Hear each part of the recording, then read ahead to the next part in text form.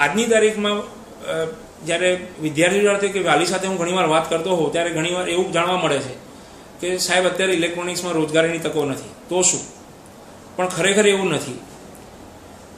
ઇન્ડિયામાં જે મોટાભાગની ઇન્ડસ્ટ્રીઝ છે જે ઇલેક્ટ્રોનિક્સમાં ડિઝાઇન અને સિસ્ટમ લેવલ ઉપર કામ કરે છે, તે એમાં મોટાભાગના પ્રોજેક્ટ્સ યુરોપ અને યુએસ કન્ટ્રીઝમાંથી આવે છે.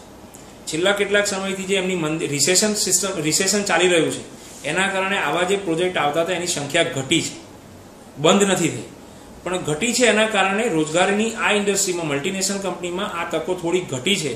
પરંતુ કોઈપણ દેશની જે મંદી છે એ 3 વર્ષ 4 વર્ષ ચાલતી ન હોય.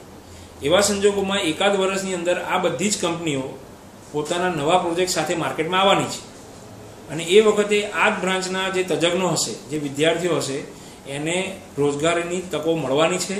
એટલે એવું મગજમાં કોઈપણ પ્રકારની ગ્રંથિ બાંધવાની જરૂર નથી કે આજે ઇલેક્ટ્રોનિક્સમાં હું એડમિશન લઈશ ને પછી 4 વર્ષ પછી મને જોબ નહીં મળે. જોબની તકો 100% સારી રહેવાની છે અને આ બ્રાન્ચનો વિકાસ ખરેખર થશે. કારણ કે ઇલેક્ટ્રોનિક્સ એ આપણા રોજિંદા જીવનમાં એમને ભણાઈ ગયું છે.